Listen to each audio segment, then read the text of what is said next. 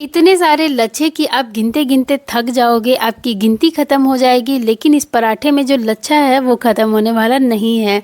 तो आज मैं आपके साथ लच्छा पराठे की रेसिपी शेयर करने जा रही हूँ, बिल्कुल मार्केट स्टाइल। मार्केट में जो हमें अनगिनत लच्छे वाला पराठा मिलता है ना, सेम वही पराठा आज हम घर पर बनाएंगे और उसकी रेसिपी मैं आपके साथ शेयर करूँगी। और आज ना मैं आपको 5 अलग-अलग तरीके बताऊँगी लच्छा पराठा बनाने के लिए। तो चलिए अब रेसिपी शुरू करते हैं। सबसे पहले आप देखिए, यहाँ एक बड़े से बाउल में हमें लेना होगा दूध। दूध में यहाँ 1 गिलास के करीब ली हूँ, बड़े गिलास से। और दूध को हमें थोड़ा गर्म करके लेना होगा। अब इस गर्म दूध में हम डालेंगे चीनी, लगभग 1 छोटा चम्मच जितना हम इसमें चीनी डाल देंगे। चीनी को दूध के साथ अच्छे से हमें मिलाना है तब तक जब तक कि चीनी दूध में अच्छे से घुल ना जाए। अच्छा, अब हमें डो लगाना होगा। तो डो लगाने के लिए मैं एक बड़े से बर्तन में ली हूँ मैदा। मैदा आप अपनी क्वांटिटी के हिसाब से ले लीजिएगा। इसके बाद डो जो है हमारा सॉफ्ट बने, इसके लिए मैं इसमें डाली हूँ चुटकी भर नमक। साथ ही लच्छा पराठा क्रिस्पी बने, इसलिए मैं इसमें डाली हूँ 1 बड़ा चम्मच जितना रिफाइंड तेल। तेल और नमक को अच्छे से मैदे के साथ मिक्स करेंगे। अच्छा, इसी के साथ मैं 1/4 कप डाली थी सूजी, वो वीडियो मुझसे स्किप हो गया है। सूजी डालने से जो हमारा पराठा होगा वो एक्स्ट्रा क्रिस्पी होगा, इसलिए हम इसमें सूजी भी ऐड करेंगे। इसके बाद सारी चीज़ों को मिक्स करेंगे और जब अच्छे से मिल जाए सारी चीज़ें, फिर हम इसमें डाल देंगे दूध। दूध डालने से क्या होगा ना कि जो हमारा लच्छा पराठा बनेगा वो पराठा क्रिस्पी होने के साथ साथ सॉफ्ट भी बनेगा, जो कि और ज़्यादा टेस्टफुल बनाएगा लच्छा पराठा को। साथ ही साथ मार्केट में जो हम लच्छा पराठा वगैरह देखते हैं, खरीदते हैं, खाते हैं, वो पराठे ना काफ़ी सफ़ेद होते हैं देखने में। तो दूध डालने से हमारा पराठा जो बनेगा वो बिल्कुल सफ़ेद सफ़ेद बनेगा, बिल्कुल मार्केट की तरह देखने में लगेगा। तो इसलिए दूध डालने से ये फ़ायदे हैं। अच्छा, दूध डालकर मैदे को हमें अच्छे से गूँथ लेना है। आप देख सकते हैं एक सॉफ्ट सा डो हम बनाकर तैयार करेंगे। ज़रूरत पड़े तो आप और एक्स्ट्रा दूध इसमें ऐड कर सकते हैं, या फिर दूध के अलावा आप पानी भी डाल सकते हैं। अभी यहाँ पर डो हमारा तैयार हो गया है, तो इसको हम ढक कर रख देंगे 10 से 15 मिनट के लिए रेस्ट होने के लिए, जिससे कि मैदा जो हमारा है वो और सॉफ्ट हो जाएगा, मैदे का डो। तो आप देख सकते हैं मैं दूसरे बर्तन में इसे ट्रांसफ़र कर रही हूँ और यहाँ क्लिंग रैप से इसे रैप कर दे रही हूँ, जिससे कि ये अच्छे से रैप हो जाएगा और इसमें अंदर हवा नहीं जाएगा। अच्छा, अब आप देखिए लगभग 15 मिनट के करीब हो गया है इस डो को रेस्ट पर रखे हुए, और 15 मिनट के बाद ये जो मैदे का डो है वो पहले से और भी ज़्यादा सॉफ्ट हो गया है, आप देख सकते हैं। तो इस तरह से इसे उलट पुलट कर थोड़ी देर के लिए और गूँथ लेंगे और चिकना करके साइड में रखेंगे। इसके बाद अब मैं एक कटोरी में ली हूँ 3 से 4 चम्मच के करीब रिफाइंड तेल।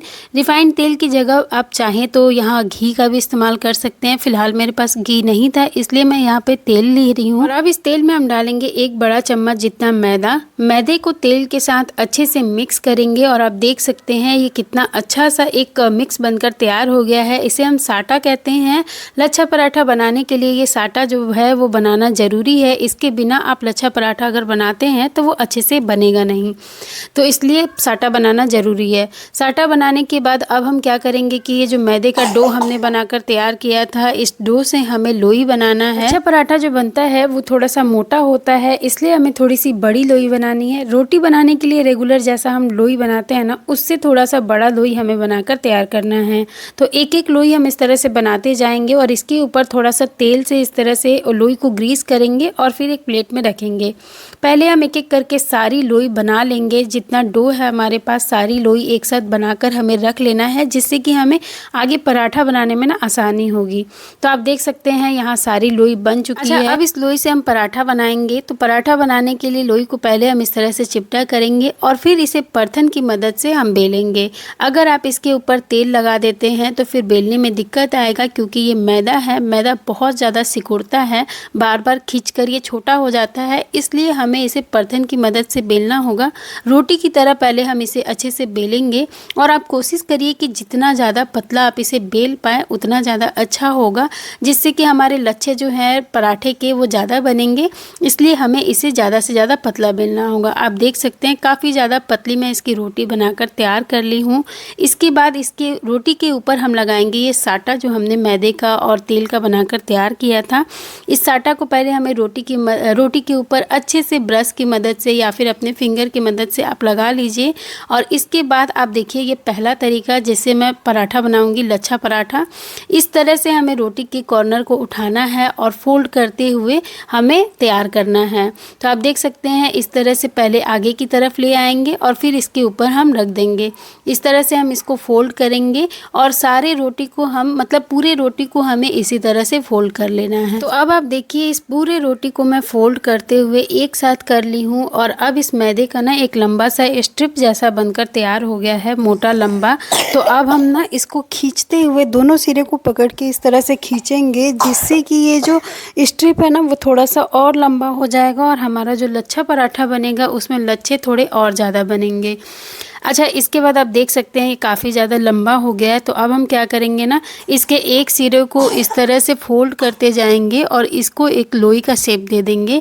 लास्ट में जो दूसरा सिरा बचेगा उस सिरे को ना हम इस तरह से दबाएंगे और दबाकर नीचे की तरफ प्रेस करते हुए इसको दबा लेंगे, जिससे कि जो सारे लच्छे हैं वो चिपक जाए आपस में। और आप देख सकते हैं ये एक लोई जैसा बनकर तैयार हो गया है। अब इस लोई को हमें बेलना है। इस बार लोई को हमें पतला नहीं बेलना है, इस बार हम इसे मोटा बेलेंगे। और मोटा बेलने से जो लच्छा पराठा होता है ना उसके लच्छे जो हैं वो थोड़े से और उभर कर आते हैं और ज़्यादा देखने में अच्छे लगते हैं। आपको मैं सामने से दिखा देती हूँ, काफ़ी मोटा मैंने पराठा बनाकर तैयार कर लिया है और इसमें दोनों साइड काफ़ी अच्छे लच्छे आए हैं। तो इसको अभी हम साइड में रखते हैं और अब मैं आपको दूसरा लच्छा पराठा बनाने का तरीका बता रही हूँ, जिसके लिए आप देख सकते हैं यहाँ मैं एक पतली सी रोटी बनाकर तैयार कर ली हूँ। जैसा हमने पहले वाले लच्छा पराठा के लिए रोटी बनाया था, बिल्कुल वैसी ही रोटी हमें पतली सी बना लेनी है। इसके बाद इस रोटी के ऊपर हम लगाएँगे मैदे वाला साटा। आप देख सकते हैं मैं साटा लगा ली हूँ और फिर मैं इसे 6 हिस्सों में कट कर ली हूँ। पिज़्ज़ा कटर से मैं इसे कट की हूँ, जिससे कि ये आराम से कट गया है। वैसे आप चाहें तो चाकू से भी इसे काट सकते हैं। काटने के बाद एक-एक पीसेस को उठाकर हम दूसरे वाले हिस्से पर रखेंगे और इस तरह सारे पीसेस को एक साथ रखने के बाद मैं दोबारा से इसे बीच से कट कर ली हूँ, आपने देखा ही। और फिर इसे हमें इस तरह से मोड़ लेना है। इसके बाद ये एक लोई जैसा बनकर तैयार हो जाएगा। उसके बाद दोबारा से मैं इसे बीच से कट की हूँ और फिर इन दोनों को ना मैं आपस में इस तरह से चिपका दूँगी। आप देखिए इस तरह से ना हमें इसे चिपका देना है, जिससे कि आपको अभी दिख रहा होगा इसमें काफ़ी ज़्यादा लच्छे बनकर तैयार हो गए हैं। तो ये एक लोई जैसा अभी बनकर तैयार हो गया है। अब इसे हमें बेल लेना है। तो आप सेम जैसे हमने पहले वाला पराठा बनाकर तैयार किया था, बेला था, उसी तरह से आप इसे भी बेल लीजिए। मोटा पराठा हमें इसका भी बेल कर तैयार कर लेना है और आपको दिख रहा होगा इसमें भी काफ़ी ज़्यादा लच्छे बनकर तैयार हुए हैं। तो अभी इस दूसरे वाले पराठे को भी साइड में रखते हैं और अब मैं तीसरा तरीका बताने जा रही हूँ लच्छा पराठा बनाने का। इसके लिए भी सेम हमें पहले रोटी बनानी है, पतली सी रोटी बनाएँगे, रोटी के ऊपर मैदे वाला साटा लगाएँगे और फिर इसे बीच में कट करते हुए एक सिरे को पकड़कर घुमाते जाएँगे और पूरी रोटी को हमें इस तरह से घुमाकर रोल कर लेना है। लास्ट में हम इस तरह से इसे दबाकर एक लोई जैसा बनाएँगे और फिर इसे मोटा पराठा बेलकर तैयार करेंगे। तो ये तीसरा पराठा तैयार हो गया है सेकने के लिए। इसमें आपको बहुत से लच्छे नहीं मिलेंगे देखने के लिए, थोड़े बहुत लच्छे मिलेंगे। तो इस तीसरे पराठे को भी अभी हम साइड में रखते हैं। इसके बाद चौथे वाले तरीके को आप देखिए। इसके लिए भी हमें पहले एक पतली सी रोटी बनाकर तैयार करनी है, जैसा हमने पहले दूसरे और तीसरे में किया था।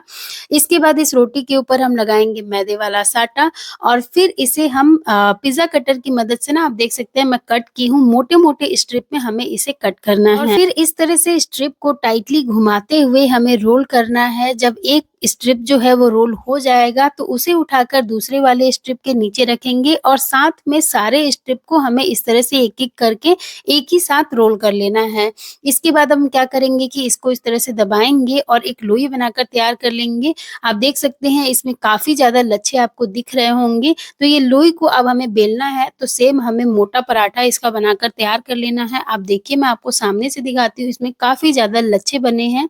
तो ये पराठा भी बनकर तैयार हो गया है। अब हमें इसे साइड में रखना है और अब मैं आपको 5वां तरीका दिखाऊँगी पराठा बनाने का। 5वें तरीके के पराठे के लिए भी सेम हमें पहले रोटी बनाना होगा। तो सारी रोटी को हम मैदे के बर्तन के साथ ही बेलेंगे, तेल लगाकर बिल्कुल भी मत बेलिएगा। तो यहाँ एक पतली सी रोटी मैं बनाकर तैयार कर ली हूँ। इस रोटी के ऊपर हमें लगाना है साटा, मैदे का साटा लगाएँगे और फिर इसे पिज़्ज़ा कटर की मदद से या फिर चाकू से आप इसे पतले-पतले स्ट्रिप में कट कर लीजिए। अब देखिए मैं यहाँ काफ़ी पतले स्ट्रिप में इसे कट की हूँ। इसके बाद इसके साइड को हमें एक साइड से हमें इस तरह से इसे समेटते जाना है और पूरी रोटी को हम एक साथ समेट लेंगे। तो आप देखेंगे कि एक मोटा लंबा सा रोल बनकर तैयार हो जाएगा। अब इस रोल को हम थोड़ा खींचेंगे और फिर इसे इस तरह से मोड़ते हुए हमें एक लोई बनाकर तैयार कर लेनी है। अब इस लोई को हम मोटा पराठा बेल कर तैयार कर लेंगे और आप इसमें देखेंगे ढेर सारे लच्छे आपको मिलेंगे। इसी के साथ आप देखिए पराठा मैं सेकना भी शुरू कर दी हूँ और ये पहला पराठा जो है वो सिक कर तैयार हो गया है। आपको इसमें ढेर सारे लच्छे दिख रहे होंगे।